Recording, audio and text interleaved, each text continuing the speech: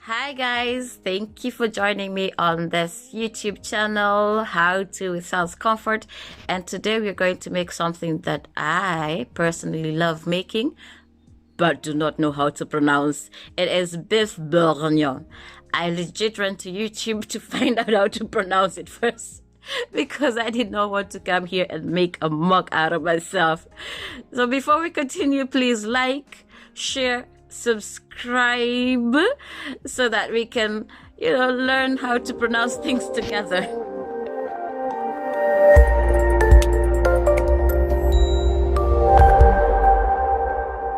Beef bourguignon. Ooh, I got it. I got it. Ooh, Sandrine will be so proud of me. She's the French one. I have everything prepped, cut, sliced, diced, and ready. So let me take you through the list of ingredients and see what we're going to be using today. We have some silver onions. How are they called in English? So silver ouches. We have some beef. Make sure you get yourself some marbled beef. This has got some nice marbling to it, some nice fat, so you need that. We have some mushrooms, brushed and ready. I do not wash my mushrooms, I brush them. We have about 3 onions, some parsnip, which is my new favorite vegetable, and I'm still trying to decide, will I let it cook or will I make a puree out of it and just serve that with my beef bourguignon? That was good. And some that shocked me. That was really good. Some carrots. Sorry. And then our herbs, we're using some fresh herbs. We have some parsley. We have some bay leaves, oregano. This is how oregano looks like. I know we always buy the dried version, but this is the herb itself. This is how it looks like. Some thyme, garlic, half a knob. This is how I slice it. You'll see why later on. And some tomato puree. And last but not least, kitchen yarn. And salt and pepper, of course. So let's start by slicing our veggies and then we will be right back. Okay?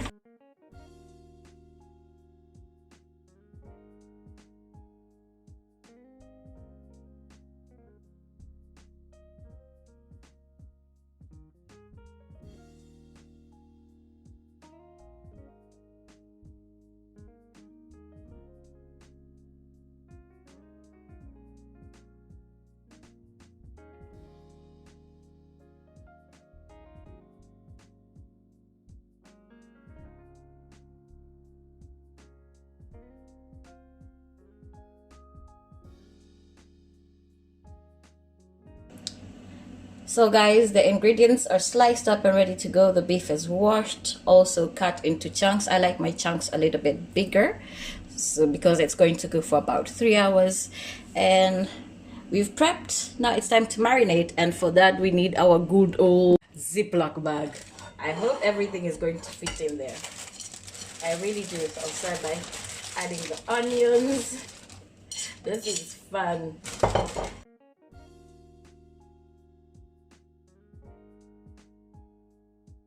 My Ziploc bag is holding. It's holding for dear life. It's not full yet, so let me go in with my onions. I have 2 types. I don't know what the difference is, but one is the Amsterdam version and the other one is just the normal version. And that's it. We'll leave the mushrooms for tomorrow because I don't think everything can go in there. So this is a dish that is made or marinated in wine. If you don't like the flavor, then you can do some beef bouillon or beef stock, but it is just best done with wine. And there goes the vino. A good mellow will do. Can we just like leave 1 sip for me, please? We're going to leave this overnight, and then tomorrow we'll take out the slow cooker, and this is going to be slowly cooked for 3 good hours.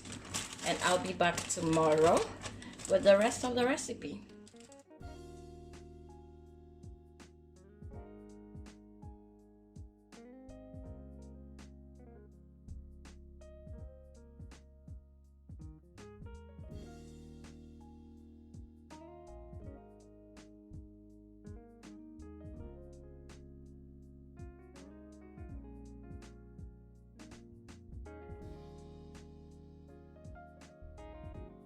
going to separate the parsnips from the rest of the mixture.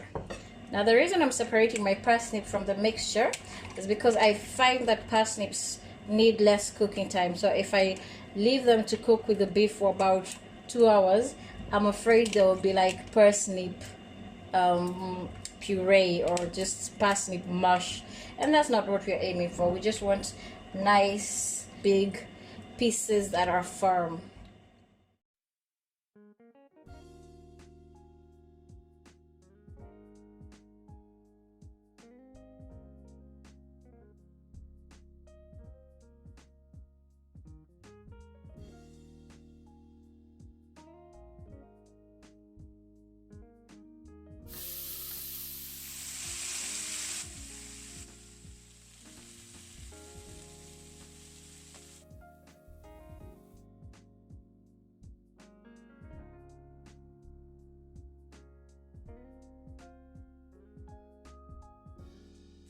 I'll add some more butter to this, so just leave it. Do not wash it, please. Do not wash it. Stay away from this pan, please.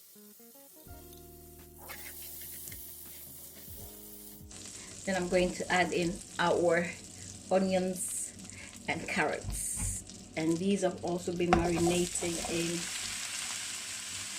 the wine.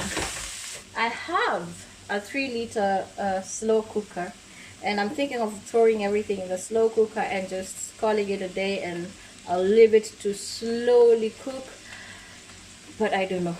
Let me get it and we'll see if it's big enough. Let's remove my garlic for this. I'll add it later. I'll just take out the skin around it.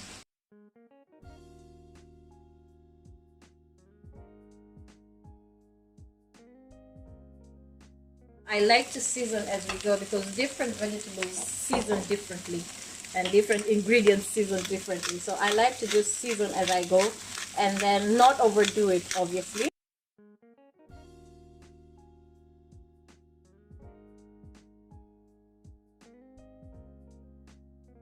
Then I'm going to add some tomato paste, tomato.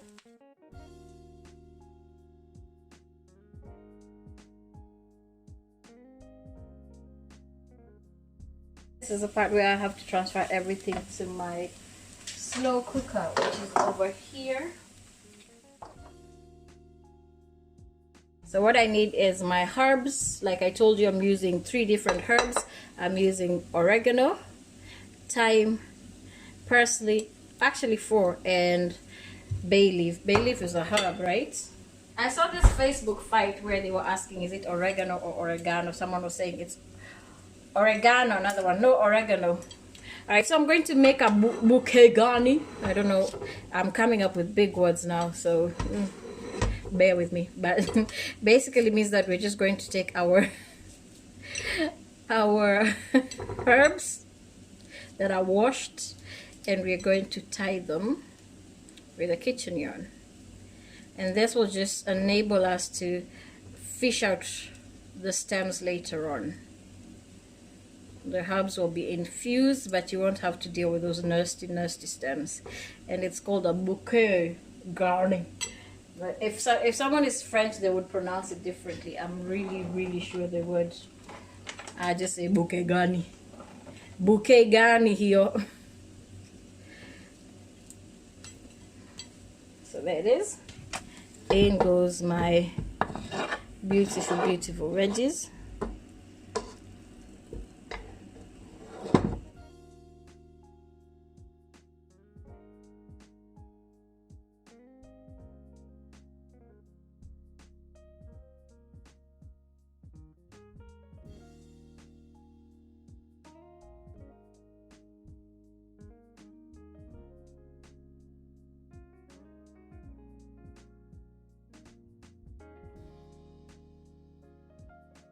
That is 2 bottles of wine, I kid you not.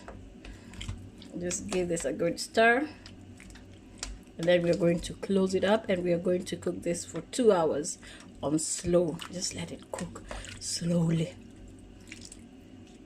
Add our bouquet garni. Let's place that on top.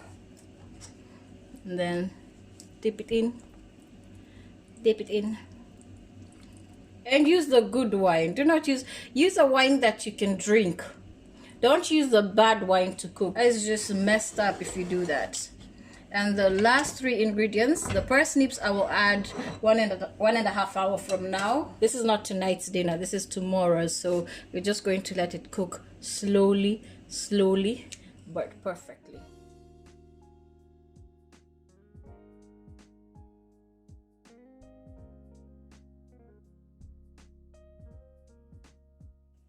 It is time to switch off our slow cooker.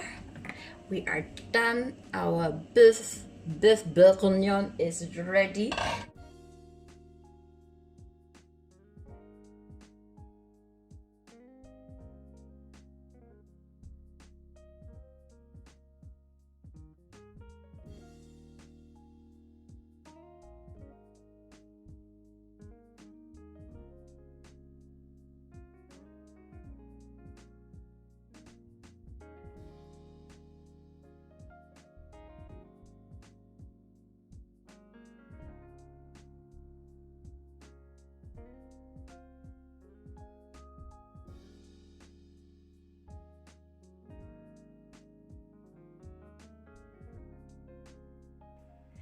This looks and tastes absolutely divine. That I can guarantee. This has been your girl Sal's Comfort, showing you how to make some boeuf bourguignon. And I knew by the end of this video, I would just sleep bourguignon. I'm sorry.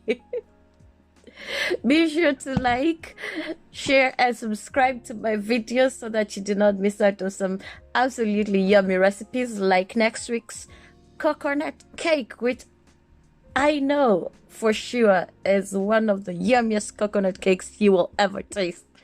So keep it right here, and I'll see you next week.